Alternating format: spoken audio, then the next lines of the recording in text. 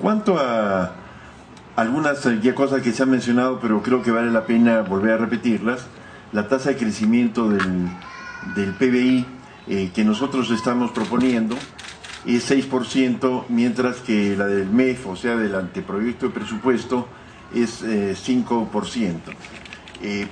¿A qué estamos suponiendo que va a ser mayor? Va a ser mayor porque existe elementos de un dinamismo en la demanda interna mucho más fuertes que en meses y años anteriores, por lo cual el crecimiento de la economía no va a ser espectacular, pero sí va a superar en 1% a 1% la propuesta del Ejecutivo. Esto implica que hay un crecimiento que se va a dar tanto por las inversiones como por el lado del consumo de las familias. Entonces eso significa que el crecimiento no va a tener pues un crecimiento de 8, 9%, como había estado visto en los años anteriores, me refiero al 2007, 2008. Porque hay elementos que tampoco nos permiten ser tan optimistas, pero tampoco pesimistas. Como ya se ha expresado, hay un estancamiento en la economía norteamericana y en la europea, y han descendido de alguna manera las expectativas de crecimiento de la economía china, pero sí hay otros países llamados emergentes que han ingresado con fuerza, como es la India, como es Brasil, etcétera, teniendo digamos, expectativas importantes. Todo hace que la propuesta de 6% esté dentro de los niveles esperados, sin ser ambiciosa ni recontra optimista, como se dice, sino dentro de un nivel promedio de crecimiento. ¿Y eso por qué va a ser? Porque, bueno, si nosotros nos apoyamos en esta cifra, es porque el MEF normalmente no es que no crea que la economía no va a subir, sino normalmente, digamos, la estrategia de todos los MEF en todos los años, no solo con este gobierno, es subvaluar de alguna manera el MEF, subvalúa el PBI para de esta manera, cuando se habla de la presión tributaria, si nosotros tenemos una presión tributaria de 15%, por ejemplo, sobre un PBI que crece 6, no es lo mismo que crecer a 7 o 8, va a haber más dinero, es decir, en términos de recursos tributarios va a ser más, y no se ha aumentado la presión tributaria ha seguido igual, pero tenemos más recursos, y eso significa mayor flexibilidad para el Ministerio de Economía y Finanzas.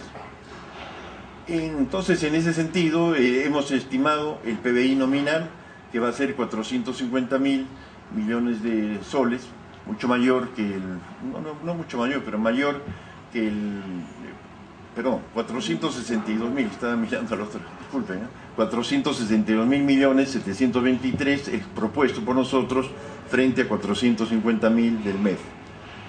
En la presión tributaria, ahí sí hay una diferencia, estamos considerando 15.6 frente a 15. Entonces, ¿cuál es el efecto que va a tener? Que nuestros ingresos tributarios calculados van a ser mayores, van a ser 72.722 millones frente a los 67.300 previstos en el marco macroeconómico revisado en el mes de agosto. Eso significa que que fundamentalmente esta previsión que nosotros estamos estimando implica dos factores. Uno, por el crecimiento normal, que ya estamos sobre un PBI más grande, por lo tanto más recursos vamos a tener sin mayor esfuerzo, y por otro lado estamos imprimiéndole una mayor eficiencia al sistema de recaudación, en este caso SUNAT. No se trata a veces de aumentar impuestos, sino que se cobren, ¿no? Por ejemplo, en el caso de todo el boom de la construcción, ha habido se ha obtenido recursos por la parte de lo que es construcción bastante bajos, porque se han subvaluado los ingresos de la construcción a través de una metodología de que se ha conseguido muchos en cantidad por el escudo tributario, se han contratado estudios, etcétera, al exterior, sobre contratos que se han triplicado o cuadriplicado respecto a factores de la construcción y así otros elementos. Entonces, tampoco ha habido una cobranza en este sentido. Por eso el SUNAT ha modificado ese planteamiento y va a haber un cobro adelantado sobre el IGB a partir del mes de noviembre. Bien. También tenemos por el lado de la minería que el factor de la minería no ha crecido, sino lo que ha habido es un fondo voluntario, pero no un fondo que provenga pues de ingresos mayores por el crecimiento de la minería en todos estos años, ¿no? Y finalmente eso implica entonces que nuestros ingresos tributarios, no estamos hablando de aumento de impuestos, porque los impuestos implican pues un trabajo más largo tiempo, una reforma como se ha hablado, que es importante, pero no es posible que de la noche a la mañana se crea todo esto. Eso es todo un engranaje financiero, administrativo, etcétera, que va a demorar. Entonces, si yo voy a estimar los ingresos, tengo que estimarlos de una manera también realista. Entonces, por lo tanto, va a tener un crecimiento de 0.6% encima del 15% del sector, en este caso del MEF.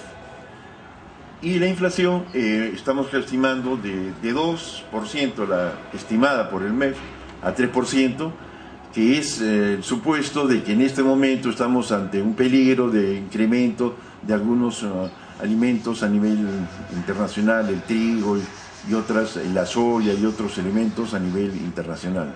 Por lo tanto, podría darse un aumento a 3% de lo que es la inflación para el 2011.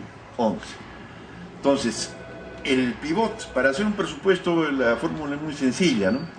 Si yo tengo la presión tributaria y lo que quiero hacer, sobre esa presión tributaria yo tengo los ingresos, esos se llaman ingresos ordinarios. Sobre esos ordinarios, que es mi piso más importante, yo le adiciono otros recursos. Esos otros recursos me permiten entonces tener el presupuesto final por fuentes de financiamiento. Pero el pivot de cualquier presupuesto es mi capacidad de poder tener recursos vía los sistemas de contribuciones para poder solventar, financiar todos los gastos, tanto de capital como de corrientes, que yo he previsto en mi ley de presupuesto. Eso es, digamos, en simple, ese es todo el trabajo que hay que hacer. Aparentemente, bueno, es muy simple, pero bueno, después viene la cobranza, ¿no? Pero ese es el esfuerzo que hay que hacer.